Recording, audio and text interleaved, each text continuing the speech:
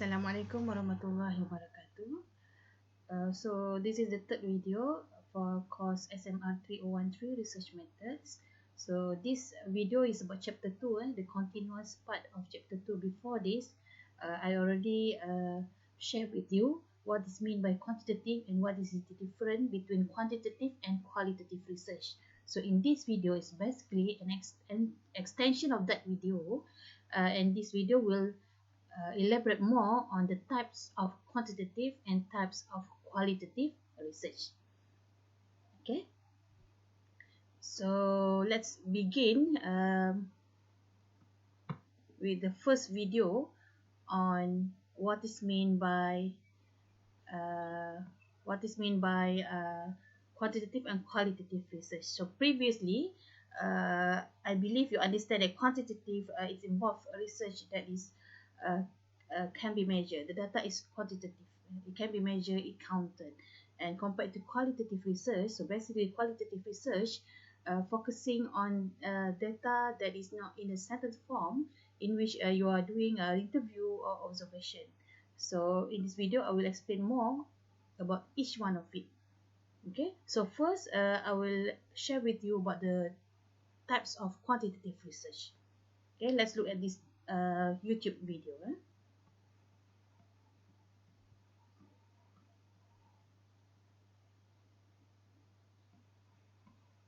Types of quantitative research designs. To give you an overview, quantitative research is divided into two major types. The first one is experimental research, which is subdivided according to true experimental and quasi-experimental, while the other one is descriptive non-experimental, which is further classified according to purpose, under which we have survey research and correlational research, while the other one is according to time dimension.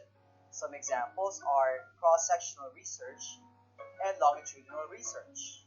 Okay, so here quantitative research basically can be divided into two types of research, mainly, which is experimental research and descriptive or non-experimental research. And as you can see, experimental research can be divided into two, which is true experimental research and quasi-experimental research. And while non-experimental research can be divided into two types. First one is a survey, correlational, cross-sectional study, and also longitudinal study. At this point, we shall now be discussing the different types of experimental research designs, starting with the true experimental research. The true experimental research aims to determine causal relationships among variables. Also, it relies on statistical analysis to approve or disprove a hypothesis. It is also worth noting that the true experimental research is considered as the most accurate type of experimental design. Furthermore, it may be conducted with or without a pretest, and it always involves a control group and a test group. Other characteristics of the true experimental research include variable manipulation and random selection of participants. Furthermore, it is worth noting that true experimental research is always conducted in the controlled setting and that intervention is always present. Let's consider this example here. A researcher wants to determine the effect of classical music on academic performance of students. As mentioned earlier, since this is a true experimental research, it must have at least two groups.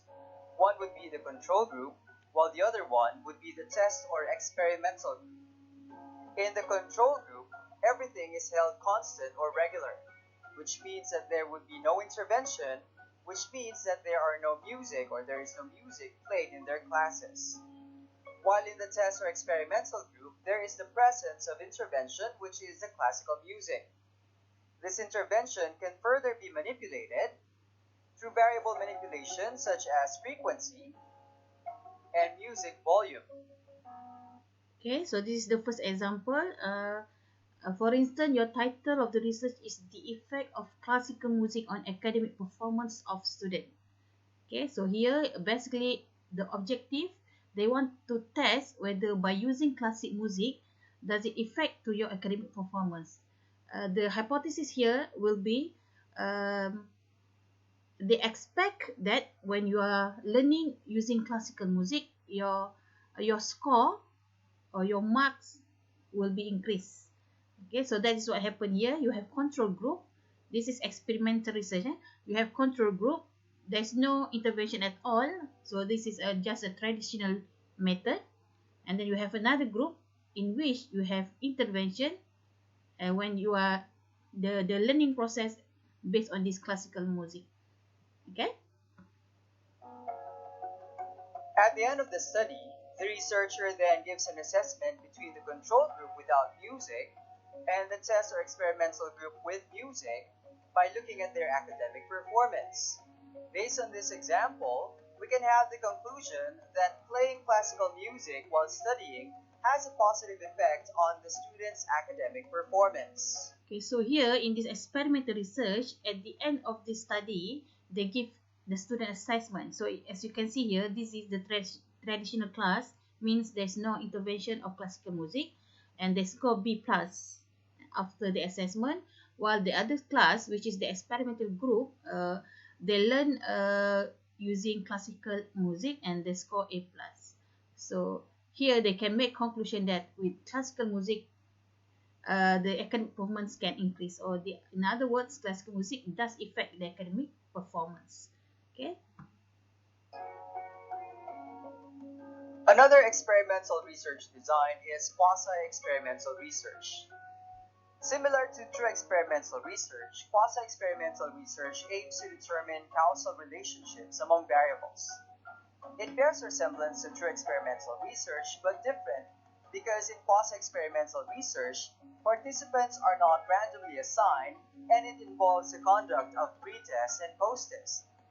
Furthermore, other characteristics of the quasi-experimental research involve variable manipulation. It's also conducted in a controlled setting, and that intervention is also present. Let's look at this example here in which a teacher wants to test reading intervention program as aid for students with low-level comprehension. Since this is a quasi-experimental research, this study would usually start with a pre-test. In this example, the pre-test would be a reading comprehension test that would help determine who among the students have passed and who among the students have failed. Recognizing the students who have failed is important as these students will be considered as participants for the reading intervention program. From there, we proceed with the intervention, which is the reading intervention program for this particular example. Once the participants have been identified, they shall undergo the reading intervention program, which can further be manipulated through duration of the program, the schedules given to the students, the reading activities given, and the teaching strategy that is used. After undergoing intervention, we now proceed with the post-test, which is another reading comprehension test. The students who once failed the reading comprehension test given before, who have undergone the reading intervention program, will then be given another reading comprehension test to determine whether they are going to pass or still fail.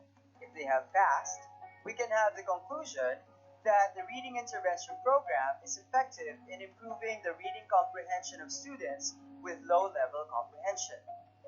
Okay, so here the example of quasi-experimental. See the difference here. In the quasi-experimental, you basically don't have that control group or experimental group, but you will involve all the participants and test their reading comprehension, and only take into account as a sample those who have failed. So the objective here is basically to check whether the program, the intervention program, reading intervention program, does it really affect the performance of the student. Okay, because remember the title of this research is reading intervention program as aid for students with low level comprehension. So here by definition, low level comprehension is those who fail the reading comprehension test. So the sample must be those who are failed. That's why at first what they do is basically they identify whose students are actually in the low level comprehension before they do the intervention program. Okay, it's similar to the QUASI. The only difference here, they don't have the control group. So the conclusion will be based on the sample they are choose based on those who are failed, and they at the end of the program they give another test, and if they are passed means the program's effective. Okay, so that's the difference between quasi and experiment research. At this point, before we proceed with discussing other quantitative research designs, let us have first a recap of the similarities and differences between true experimental research and quasi-experimental research. The true experimental research design and quasi-experimental research design are similar because both determine causal relationships. They also have intervention and involves manipulation of variables.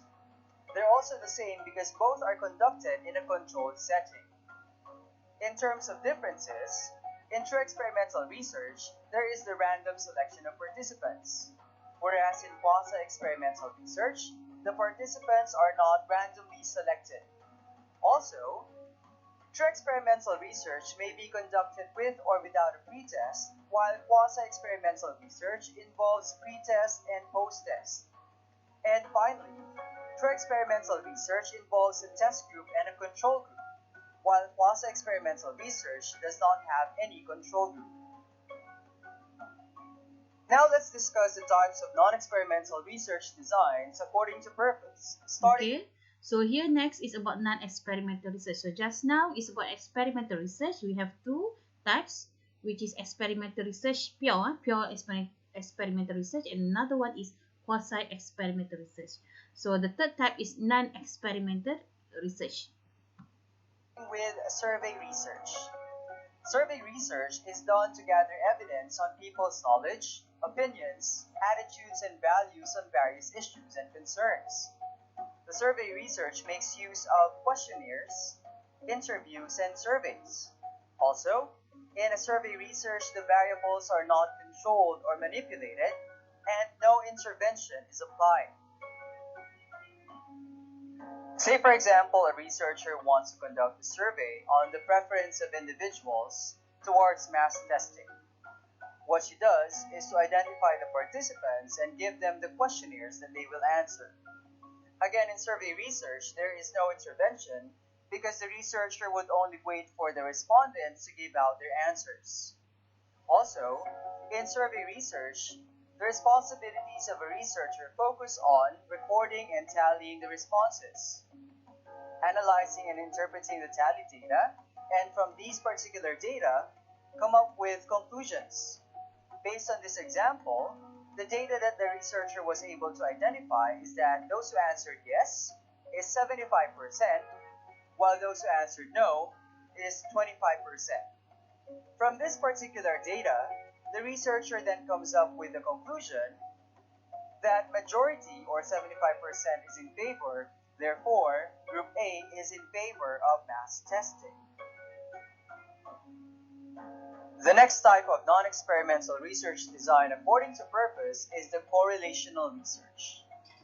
The correlational research seeks to interpret the degree of relationship between two or more variables using statistical data.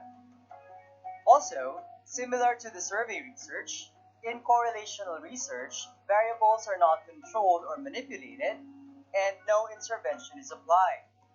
It is also worth noting that while correlational research aims to interpret the degree of relationship between variables, it does not aim to determine cause and effect relationships. Let's consider this example, wherein a researcher wants to determine the influence of online gaming to the critical thinking of students. In her study, she hypothesizes that there is no significant relationship between online gaming and critical thinking. In order to conduct this particular research, the researcher needs to find online gamers which will agree to become participants in her study. Again, in the correlational research, there is no intervention because the responsibilities of a researcher focus primarily on gathering the needed data. applying the correct statistical treatment, analyzing and interpreting the treated data, and from there, rejecting or accepting the hypothesis. Now, going back to our online gamers here, these participants are then given instruments that would assess their online gaming habits as well as their critical thinking level. From there, the appropriate statistical treatment will be given in order to determine whether there's a relationship between online gaming and critical thinking, whether an increase in online gaming would result to an increase in critical thinking, or vice versa. At this point, we now focus on discussing the different types of non-experimental research designs according to time. Starting off with the cross-sectional research. A cross-sectional research involves gathering data at a single point in time. It focuses on the same set of variables, after which comparisons are made across variables of interest. Let's take this for example. A researcher wants to identify the spending trends between men and women in their 30s. From this particular research, the findings conclude that women tend to spend more money than men. In a cross-sectional research, the researcher then takes this particular data and compares it with other variables. Specifically, in this particular research, the variables are the age bracket. From there, he will then compare whether there are similarities or differences in terms of the trends and results. Another type of a non-experimental research design according to time dimension is a longitudinal research. In a longitudinal research, the data is collected at multiple points in time. A researcher collects data from the present and again in the future for the purpose of comparing datasets. Let's take this for example. A study on the effect of the use of antiretroviral medicines as maintenance drug for HIV-positive patients. The participants for this particular study are individuals who tested positive for HIV.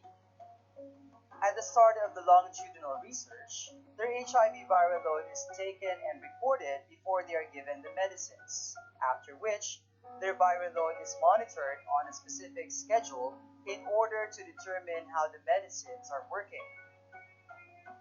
Based on this particular example, you could say that it takes quite a long time before this particular study is finished, hence we have the term longitudinal. Now at this point, we are now going to discuss the similarities and differences between the cross-sectional research and the longitudinal research. In terms of similarities, both are observational in nature. Both the cross-sectional and longitudinal research compare data. However, in the cross-sectional research, it compares the same set of variables with other variables of interest, while in longitudinal research, it compares the same variable and same subjects. To continue, both cross-sectional and longitudinal research have no intervention and no variable manipulation. In terms of the differences, in cross-sectional research, the data is collected at a single period in time, while in longitudinal research, the data is collected at multiple times. And also, in cross-sectional research, it takes a relatively short amount of time to finish, whereas in longitudinal research, it may take a long time before completion. And lastly, we now proceed with discussing the similarities and differences between the experimental research designs and non-experimental research designs. In terms of similarities, both experimental and non-experimental research designs involve numeric data and statistics. However, in experimental research design, there is the involvement of manipulation of variables, while in non-experimental research, there is no manipulation of variables done. Also, in experimental research, intervention is present, while in non-experimental research, there is no intervention given. In conclusion, as researchers, it is important to become familiar with the different types of quantitative research designs, as this knowledge will help us to determine the best research design to use depending on our research objectives. Okay. Right. So that is about quantitative research design. Okay, reka bentuk kajian. Alright, so let me just briefly explain again the about this. Right. So here, quantitative research design, we can separate into two again: experimental and non-experimental. Okay, so experimental, we have true experimental, which involve control group and experimental group, and we have another one which is quasi-experimental. In quasi-experimental, you didn't divide the group into control group. There is no control group, but of course there is a systematic step how to do it. So for final year project students, most of the time they use quasi-experimental because of the time frame. Of the time frame is 3 months. So quasi-experimental is the the design that is very suitable for the in terms of time period. Other than that, in the non-experimental design, we have also survey research design and also correlational research design. These two as well can be used, and most of the time, final year project student use this method. Okay, so survey and correlational. Why? Because of the time frame. Compared to cross-sectional and longitudinal, cross-sectional sometimes because you only collect data at one moment in time. Compared to longitudinal, this is not suitable for final year project because longitudinal means you collect data repeating. Okay, so with the time frame, final year project means not suitable for you all to do longitudinal data. Okay, so basically, I hope you understand what is the difference between experimental and non-experimental design. Okay, other than this video, actually I already shared with you the slide for this course. So maybe I just brief through before I give you some exercise in regards of this quantitative research design. Reka bentuk penyelidikan quantitative. And this is important because in your research proposal later on in your assignment, you need to mention what is your reka bentuk kajian, what is your research design. Okay, in any research, it's very important at first place for you to identify what is your research design. So let me share with you the slide. This is the notes that you can find in my Guru platform related to quantitative research. Okay, this is the summary. So basically, reka bentuk penyelidikan, we can divide into two, quantitative and qualitative. So as you can see just now, we have kajian eksperimental, quasi-eksperimental, kajian tinjauan which is survey, dan juga kajian korelasi. Okay, and this part, qualitative and kajian, this qualitative research, I will explain in another video. But for this one is for quantitative. Okay, so gabungan means it both. Some research they do both. They do quantitative and they also do qualitative. Okay, so I just brief through. This is similar to those video just now. Okay, so this is 4 types of quantitative research design. You may look at the characteristic of this experiment. Okay, boleh baca nanti apa beza dia, kat sini ciri-ciri utama dia macam mana. So all those has been explained in video. So this is just additional reference for you to read so that you get more understanding about this design. Okay, quantitative design. Okay, so similar, you have intervention for pre-post data.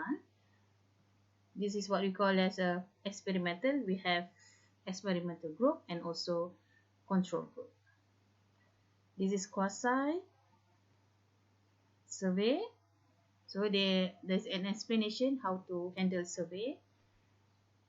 And this is also a survey. Okay, survey sample. Of course, it will involve sampling method because even though you do survey, you cannot just pick up any sample. Okay, you must have your sampling technique. So this I will teach you in the next video. Okay, this is a correlation. Alright, so you can look at this note dalam My Guru kan, saya ada letak di platform My Guru. Okay, so basically that's it.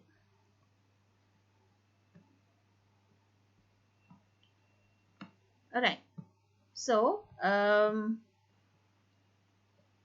for this video, quantitative research design, what I want you to do is basically remember the exercise that I gave you in the previous video, in I think the second video. related to quantitative and qualitative research. I believe some of you already submit at my group platform. You can also submit your answer at the comment platform in YouTube. In there, I ask you to find 3 to 5 literature or article, journal article, and identify whether they are quantitative and qualitative research and give your reason why. Remember the previous video.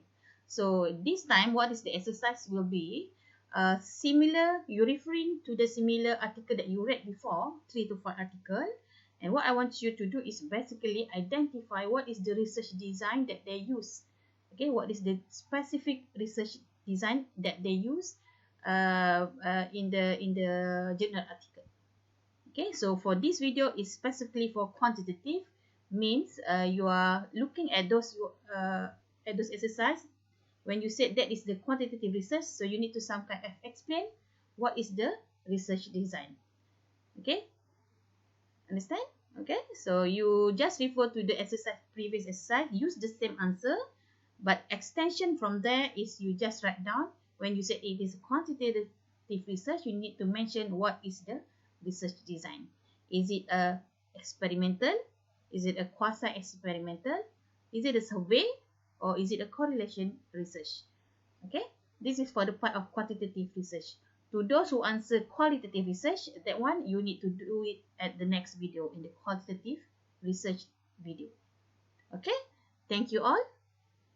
I think that's for today. Assalamualaikum.